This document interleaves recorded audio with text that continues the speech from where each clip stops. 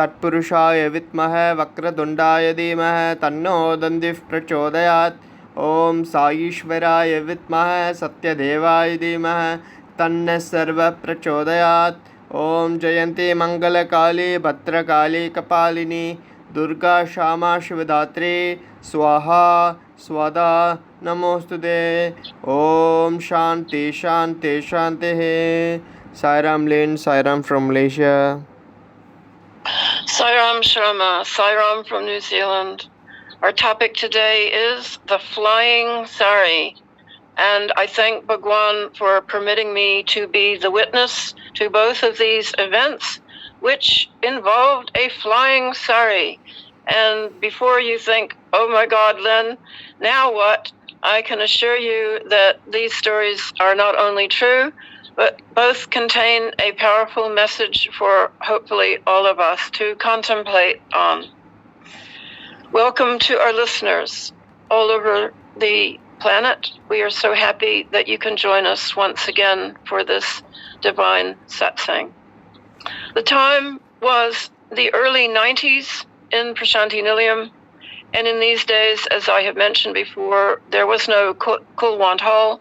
The mandir stood, as you may have seen it in previous photographs, where there was a circular garden in front of the mandir with a big statue of Lord Ganesha. And there were arches and beautiful trees, palm trees, coconut trees, all around the area where we sat. We sat on concrete, and if we were lucky, we would get a seat under the arches, which were freestanding arches painted in the traditional cream, blue, and pale pink colors of Prashanti. But normally the arches were reserved for VIP ladies, because that way they got some shade. The rest of us sat out in the broiling sun. In the morning it wasn't so bad, but in the afternoon I could tell you it could get really very warm indeed. One morning we were sitting waiting for Swami to come out, and he came as usual. He would cross the veranda. In those days he was living upstairs in a small apartment or room with a balcony on the left-hand side of the mandir. So he would come down the steps. We couldn't see him coming down the steps, but he would suddenly appear on the left-hand side of the veranda and walk along the veranda and come onto the ladies' side. He always came onto the ladies' side first.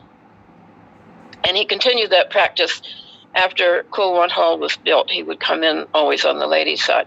So as he came round, he came past the arches, and there was a contingent of VIP ladies there from a Western country. I will not name it, doesn't matter. And all of a sudden, as he passed, he had only walked maybe a couple of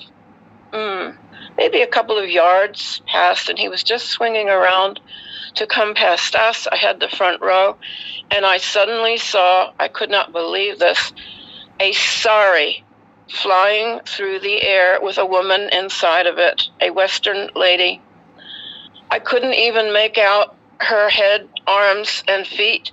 She had somehow sprung from her seat on the VIP side into the air and was calling out to Swami.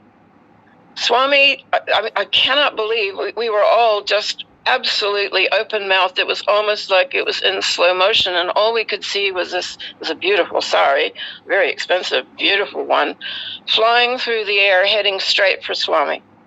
Swami did not miss a beat. He did not even turn around. It was as though he had eyes in the back of his head, and he executed a most graceful move to the left, to his left, and just like a sort of a Zen master. And she flew right past him and landed in a heap on the concrete. Miraculously, she was not injured. Swami did not stop. He kept going. He gave darshan as though not a care in the world.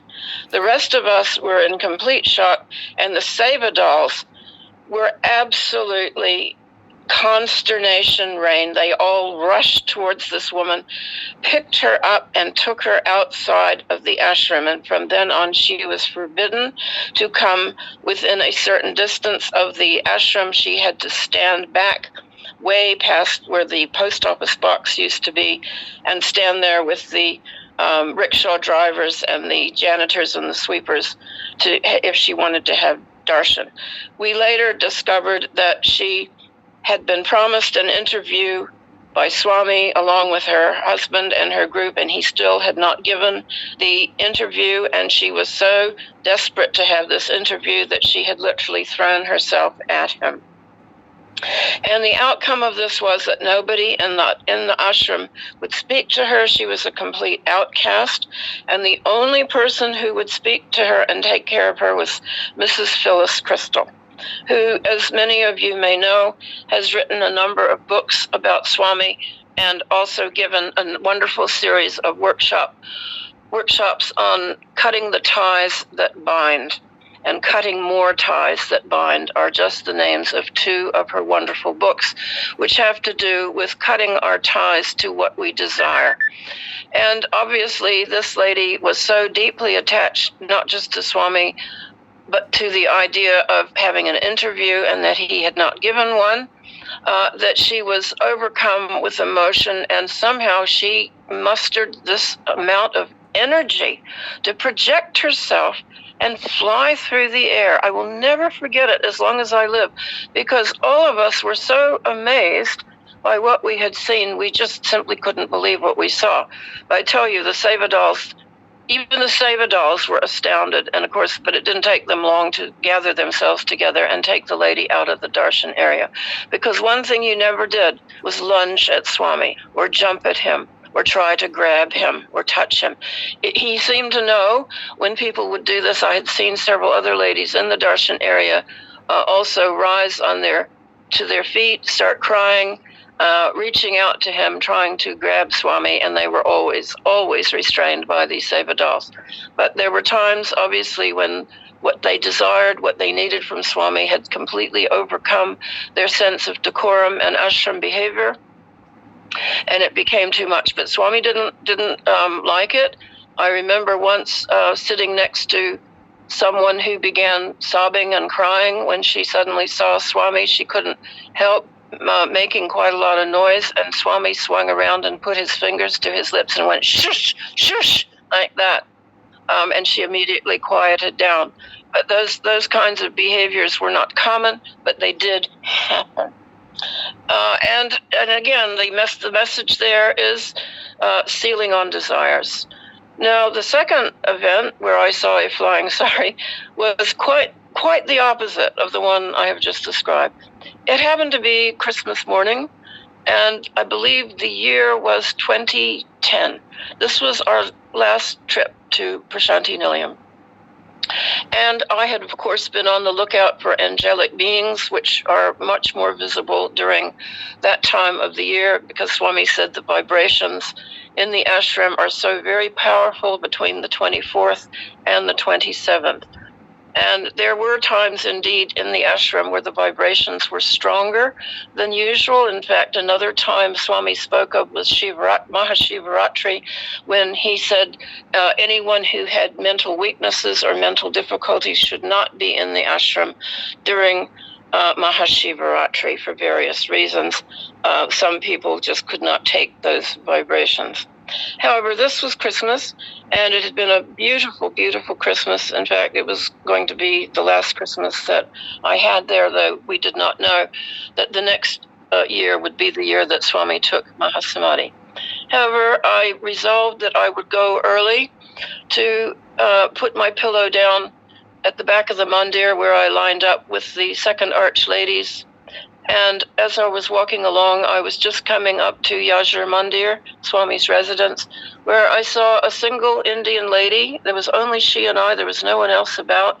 The sun was just about coming up over the horizon. And this lady was looking upwards with her hands in the namaste, prayerful position. Her eyes were fixed on the sky. I thought, how unusual. And I looked up. And there, floating above Yashar Mandir, was what looked like a sari. It was all in white color, many, many folds, many, many layers of material. I could not at first see a form in it. And then I realized that the entire form was floating sort of face down. And my mind started running around. It was like, what is this? Is it a balloon? Has the wind blown a flag loose? Is it something like a dirigible or something inflatable? What is this? It was just floating very peacefully. There's an incredible aura of peace. It was just moving very gently. If you can imagine a whole lot of material just moving gently. And then I began to discern a form that was wrapped up in all of the material. It was that of some kind of angelic being. It had 4 wings.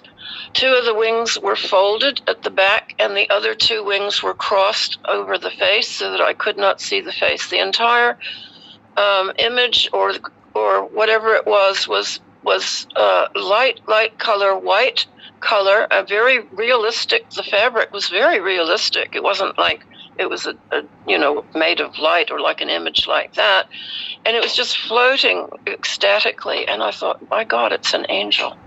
And neither one of us could move, me or the lady. I couldn't even take my eyes off of this.